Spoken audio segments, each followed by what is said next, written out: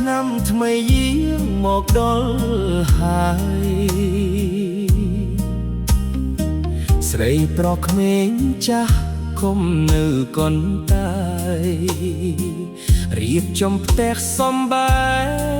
ងទទួលសេរីខែចេត្រចូលមកកំដៅថ្ងៃចែងចាំងផ្កាអង្គាសីរីកស្រស់ត្រកាលឮសូរសំឡេងស្គរដៃរគាំងរមងសប្បាយនៅតាមភូមិស្ថានញាតិមិត្តជិតឆ្ងាយធ្វើដំណើរមកដល់ជួបជុំបងប្អូនក្នុងចិត្តស្រស់ស្រាយ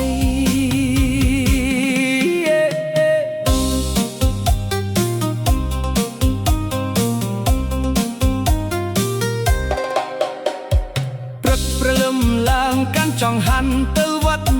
ប្រគេនព្រះសង្ឃបងសូប៉ូឡូទីសជូនបនម៉ែឪ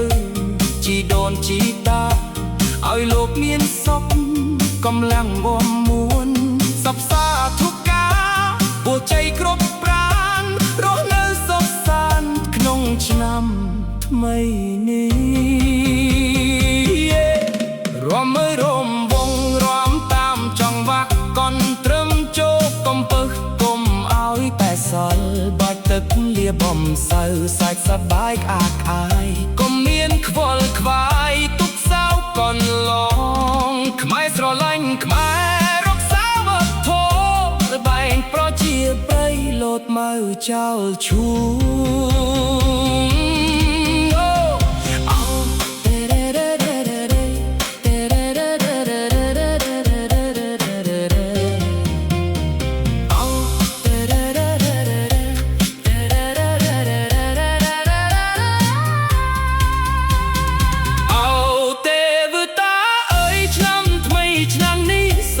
ជួយប្រសិទ្ធពរជ័យសេរីមង្គលឲ្យកូនចៅខ្មែរមានទ្រព្យហូរចូលស្រឡាញ់សាមគ្គី